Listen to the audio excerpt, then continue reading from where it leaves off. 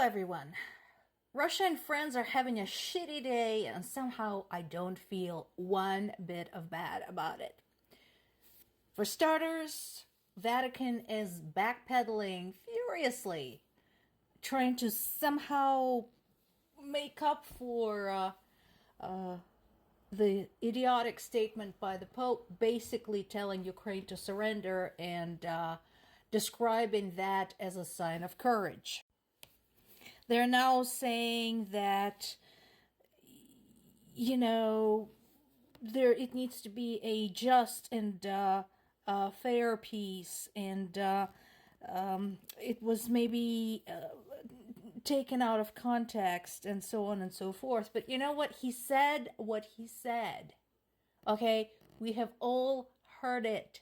He was telling Ukraine that it would be an honorable thing to surrender half of its land to Russian assholes. You cannot make up for that, guys. Next, Russia is having to acknowledge that Ukrainian drones once again struck some very serious targets deep in Russian territory, literally hundreds of kilometers away from Ukraine.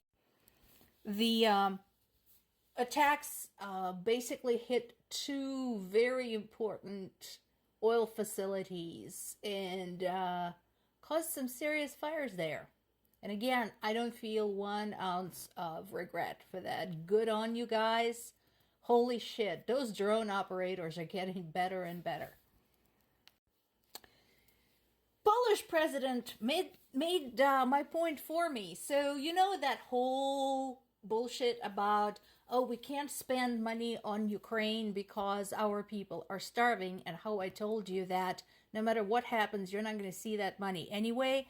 This is why. This is exactly what I meant when I said that if Russia remains a threat, and particularly if Ukraine falls to Russia, every extra penny and then some is going to go to shoring up the industrial military sector.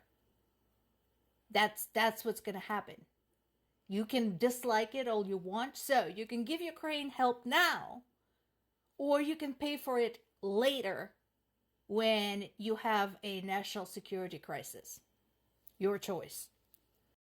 This is funny as hell, and the reason it's funny as hell is I wish all of you could just read the whole Russian media and Russian social media channels describing this. This is actually not true. Russia didn't thwart a damn thing. That's not what happened. Ukraine is not commenting either because it's just fun to see Russia stew in its own juices. But here's what we've been able to put together. So Russian troops attempted to take another village in the Donetsk region, and we're very, very proud of it until groups of armed Russian opposition entered into Russia's borderline towns on tanks. And apparently that really messed everybody up. And I'm like, listen, guys, you are living along the border with Ukraine. Your country started the war with Ukraine. Did you expect this was just like not going to affect you in any shape or form? Are you completely delusional? Russia insists that they were thwarted. I don't think they were thwarted. They basically just kind of did a ceremonial march into the area just to see how far they can get in, and then got out. But the message has been sent. This is how you do opposition, by the way, Russian people. You don't do opposition by writing letters or showing up at the polls at a specific hours and writing in Navalny into the ballot. No, this is how you do opposition. You cooperate with Ukrainian troops, you cooperate with Ukrainian intelligence, get a foothold there, and then from there, start poking Russia. Start poking Russian government. Yes, it's dangerous, but it's a whole heck of a lot more effective than what you are doing now. This is real opposition. more good news. Well, it will be good news when the money finally makes it to Ukraine. But meanwhile, Russian assets, well, they're frozen for Russia. They're still generating interest. They're still generating profit, and it is significant profit. At least it is significant for a country like Ukraine.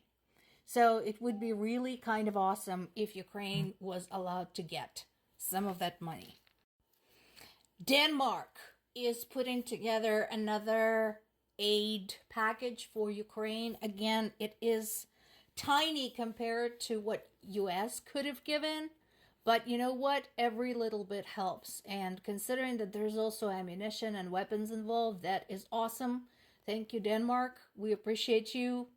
That is just fantastic news.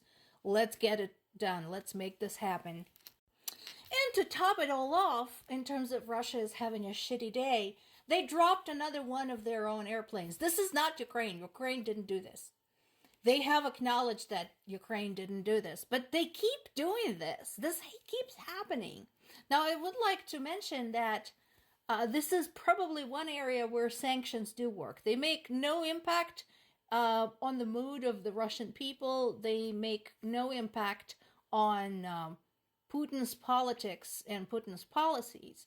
But there is one thing that they do achieve, and that is huge interruptions in foreign parts and electronic components, including those that were previously used for the manufacturing and maintenance of Russian transport, including Russian civilian and military airplanes.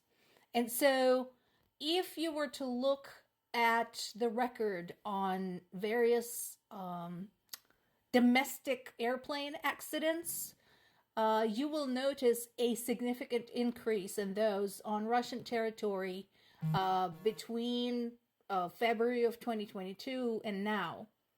And those did not have anything to do with the war in Ukraine. Most of them happened somewhere far off, where Ukrainian drones can't reach yet.